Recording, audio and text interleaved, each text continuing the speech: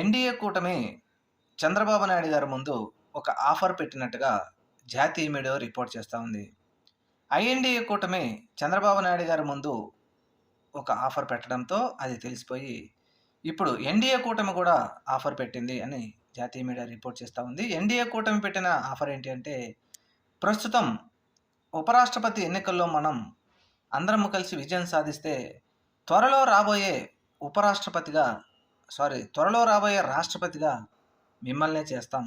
ఎందుకంటే ప్రస్తుత రాష్ట్రపతి అయినటువంటి ద్రౌపది ముర్ము గారి పదవీ కాలం ముగియనుండడంతో ఆ తర్వాత మిమ్మల్ని భారతదేశ రాష్ట్రపతిగా చేస్తాము అని ఎన్డీఏ ఒక ఆఫర్ పెట్టినట్టుగా రిపోర్ట్ చేస్తూ ఉన్నారు. మరి ఈ రెండింటిలో ఏది జరిగినా ఆంధ్రప్రదేశ్ రాష్ట్రం నుంచి మరి చంద్రబాబు నాయుడు గారు కనుక ఇది నిజమే ఓకే అంటే ప్రధానమంత్రిగా అయినా లేదంటే భారత రాష్ట్రపతి పదవి అయినా సరే ఆంధ్రప్రదేశ్ రాష్ట్రాన్ని నుంచి ఎవరో ఒకరు అధిరోహించడం ఖాయంగా అని జాతీయ మీడియా రిపోర్ట్ చేస్తూ ఉంది.